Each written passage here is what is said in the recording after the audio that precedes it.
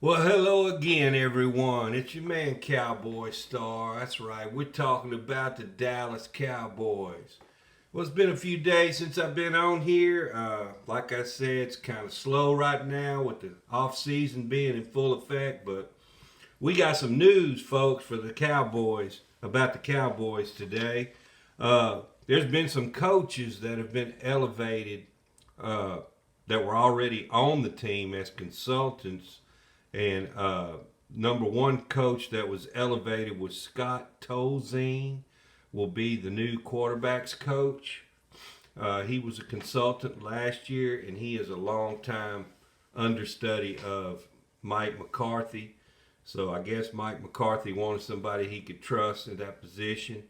Uh, as you know, Kellen Moore has gone to the Chargers, and he brought along Doug Nussmeier with him as his quarterback coach. So Doug Nussmeier is now with the Chargers. So the other coach that was elevated was a man by the name of Jeff Blasco. He's going to be the new running back coach. So at first I've heard of his name, but they said he was on the Cowboys last year. I'm not too sure what his function was last year, but he's our new running backs coach. Will Harriger is the offensive assistant coach, and one Darian Thompson is going to be the new assistant linebacker coach. Um, as you already know, Mike McCarthy is going to be calling the plays this year, with Brian Schottenheimer being the offensive coordinator. Uh, Schottenheimer's got a lot of skins on the wall. If you don't know much about Schottenheimer, he's been an offensive coordinator before for the Rams, for Georgia College, and also the Jets, the Seahawks, also and Jets and the Seahawks. So he's got a few skins on the wall. He knows what's up, when it comes to being an offensive coordinator, and hopefully he can add some pizzazz or a few more interesting plays that the Cowboys need to help. I'd like to see the screen game pick up. The Cowboys are probably one of the worst teams in the league about running screens. I mean, if you've ever noticed, they just can't run a screen to save their life. And I'm hoping that they can integrate that part of the offense. Uh, I think it would help them, especially like on second, third down. But teams are now able to sign players to the franchise tag.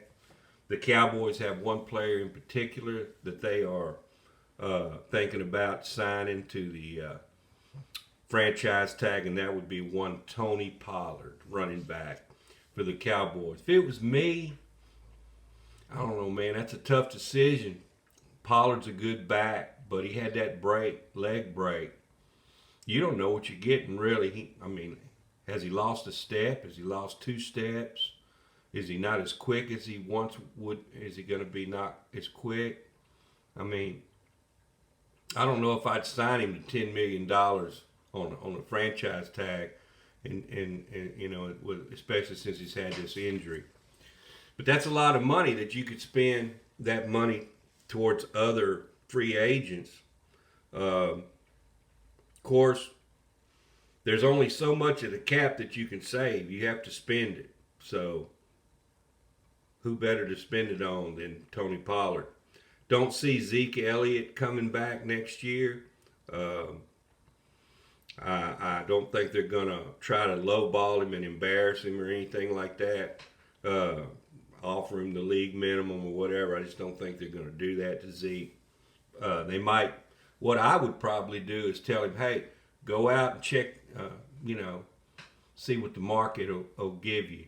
And if they give you X amount of dollars, come back to us and we'll see about matching it. But see what the market brings you, before you go and sign him for $3 or $4 million a year, whatever.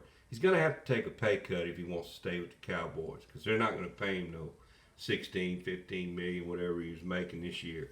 That's not going to happen. But a couple of players have been let go by the Tennessee Titans. One, Taylor Lewan, who's an offensive tackle, and wide receiver Robert Woods. Lawan is a good offensive lineman, but the problem with him is he's always injured.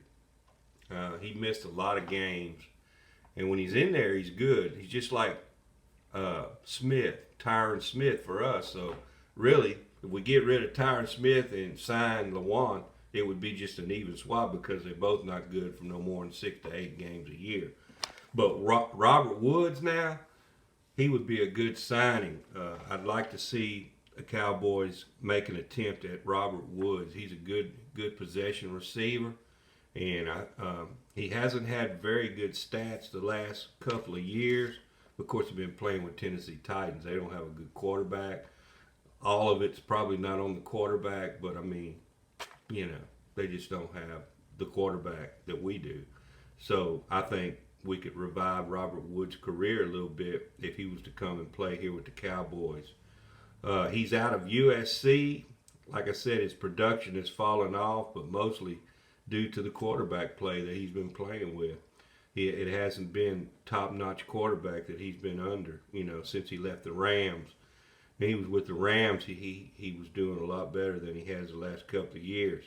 There's also another rumor in other news that Cortland Sutton of the Broncos could be a guy who could get moved. The Cowboys were interested in him when he was drafted, and he just got drafted before the Cowboys could get him, but I think the Cowboys were interested in getting him when he was in the draft. He has a $14 million cap hit, and it probably would take at least a second-round pick to land him. So, $14 million, that's not a bad, that's about what Michael Gallup's making. That's a lot better than $20 million that, Cooper wanted. For that for that caliber of a receiver, that's really not a bad price tag if the Cowboys wanted to go in that direction. I think they could get Robert Woods a lot cheaper than that. But it remains to be seen. The Cowboys have a lot of decisions to make, as you well know. This is only the infancy of free agency about to embark on us here. The off season has just started. Cowboys are probably going to turn over at least a third of the roster before it's all over with. But in the big news of the day, one Bobby Wagner has been cut today. And the Cowboys tried to pick him up last year and were unsuccessful. I think they kind of lowballed him and then kind of regretted that they did so. But I would love to see Bobby Wagner reunite with Dan Quinn. Former Seattle Seahawk there. Boy, he could really help us out a lot on defense. Could the Cowboys go after him for a second time? Hey, remains to be seen. I'd love to see him come to the Cowboys. We won't know until all the dust settles. But if I know Jerry Jones and Stephen Jones, if he comes, he's going to have to settle for a lower price because they're not going to pay him no high dollar salary. There is an update, although it is a small update on the Michael Irvin situation. Michael Irvin, the judge ordered the Marriott Renaissance Hotel to forward the videos and the person that is filing the complaint. Because Michael still has not seen the videos. I mean, he doesn't even know the girl's name that's has turned in the complaint. And it was supposed to be turned in by Monday, and they still have not received it.